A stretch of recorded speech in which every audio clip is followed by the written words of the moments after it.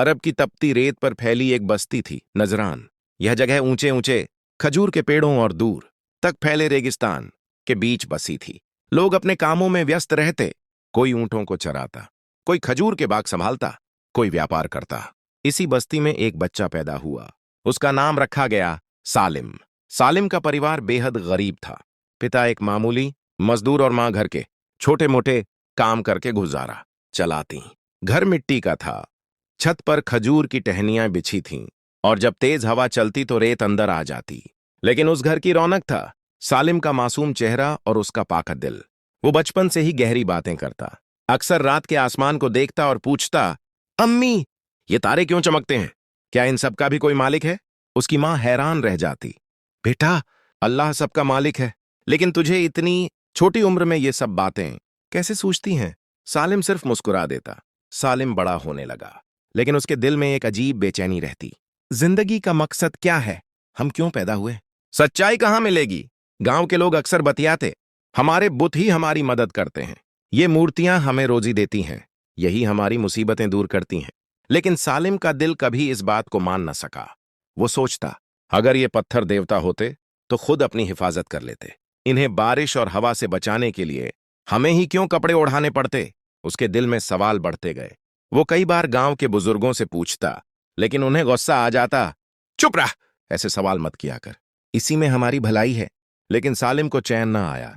उसने ठान लिया, मैं असल सच्चाई तलाश करूंगा, चाहे मुझे पूरी दुनिया घूमनी पड़े। एक दिन सालिम ने अपने दोस्त जैद से कहा, मुझे यहाँ की बातें समझ नहीं आती, चलो हम मक्का चलते हैं। सुना है वहां के लोग बड़े इल्मी हैं, शायद वहां मुझे जवाब मिल सके।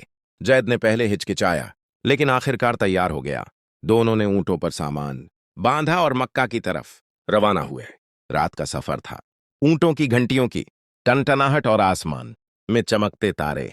सालिम का दिल बार बार अल्लाह को पुकारता, हालांकि उसे अभी तक सही तौर पर अल्लाह की पहचान न थी। जब वो मक्का पहुंचे तो वहां की चहल पहल देखकर हैरान रह गए। चारों तरफ व्यापारी, काफिले, ऊंट, बाजारों में शोर शराबा। लेकिन सालिम की नजर एक जगह टिक गई, काबा। वो पत्थरों से बना पुराना घर था, लेकिन उसमें अजीब सुकून था। लोग दूर दूर से आते, उसके चक्कर लगाते, लेकिन उसके चारों ओर सैकड़ों बुत भी रखे थे।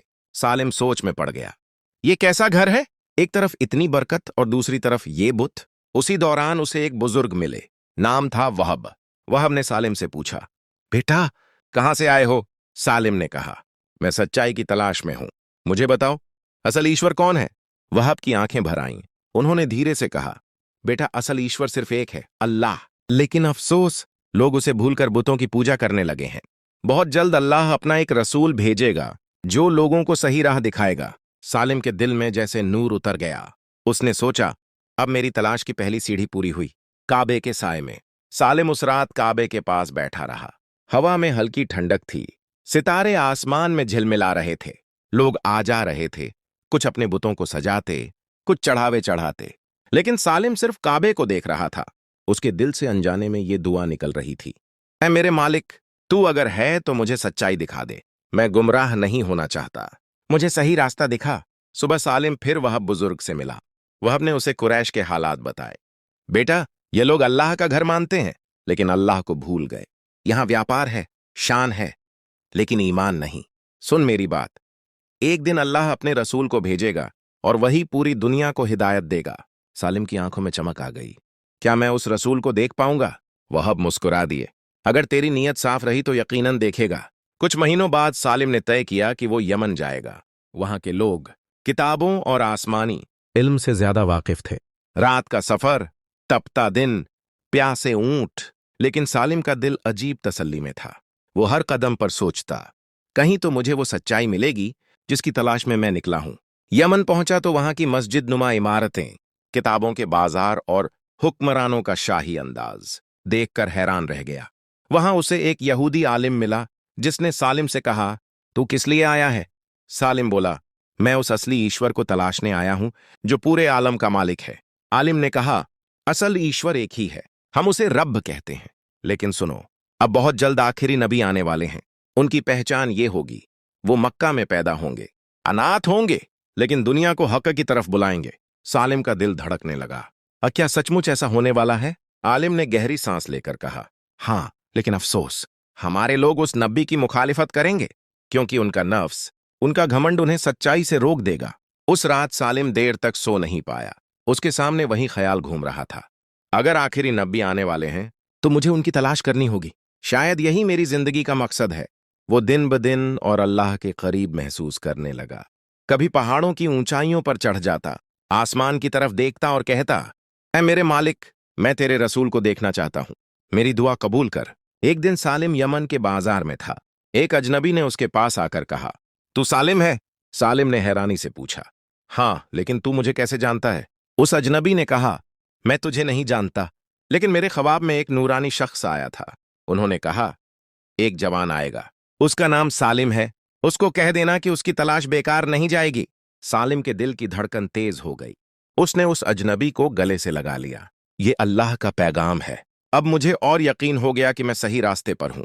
सफर हिजाज, यमन में अजनबी से पैगाम मिलने के बाद सालिम का दिल और भी मजबूत हो गया।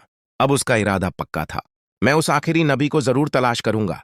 वो यमन से निकल पड़ा। रेगिस्तान के तपते दिन, रात की ठंडी हवाएं, ऊंट की पीठ पर सफर, प्यास और भूख, लेकिन हर मुश्किल उसे और करीब ले जाती।